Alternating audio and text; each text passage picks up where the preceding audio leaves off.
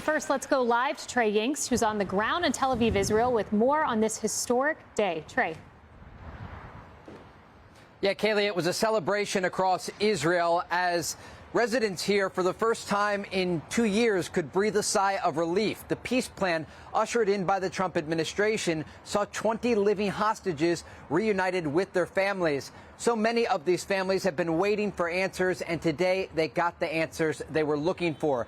President Trump addressing the Israeli Knesset earlier, and following that address, he spoke exclusively with Fox News about the hostages and the war in Gaza. Take a listen.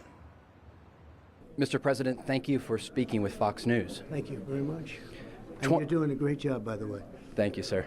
20 Israelis who were held hostage by Hamas for more than 2 years were released today as part of your peace plan. What did that moment mean to you?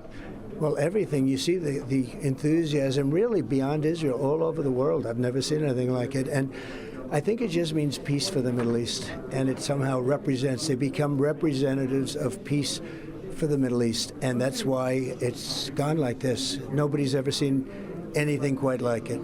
Talk me through how this deal came together. There were very intense negotiations. Our reporting indicates that you were personally on the phone to get this across the finish line.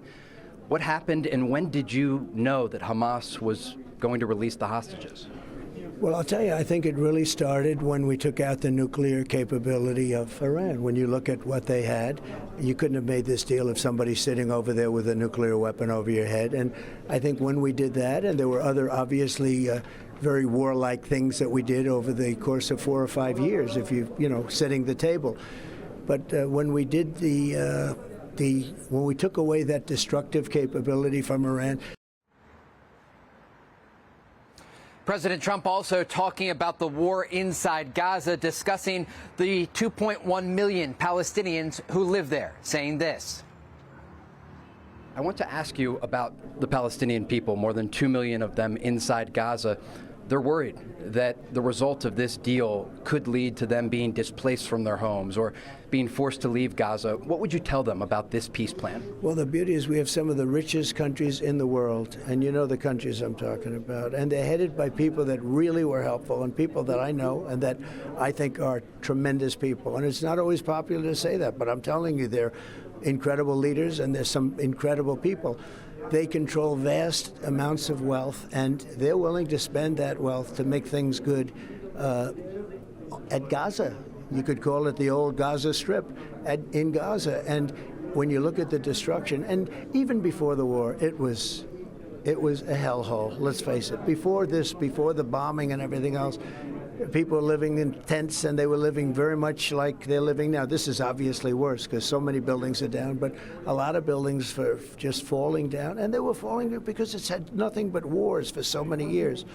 So there's a great opportunity. We have countries of great wealth, enormous wealth, where a fraction of their wealth can help take care of this, and we'll be involved in leadership.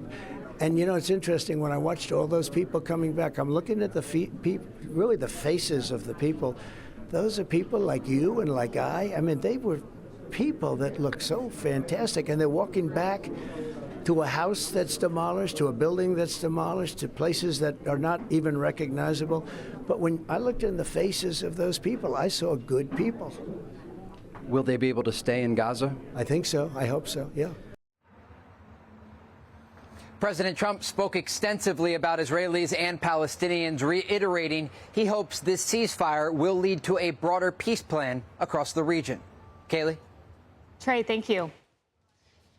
Hey everyone, I'm Emily Campagno. Catch me and my co-hosts Harris Faulkner and Kaylee McEnany on Outnumbered every weekday at 12 p.m. Eastern, or set your DVR.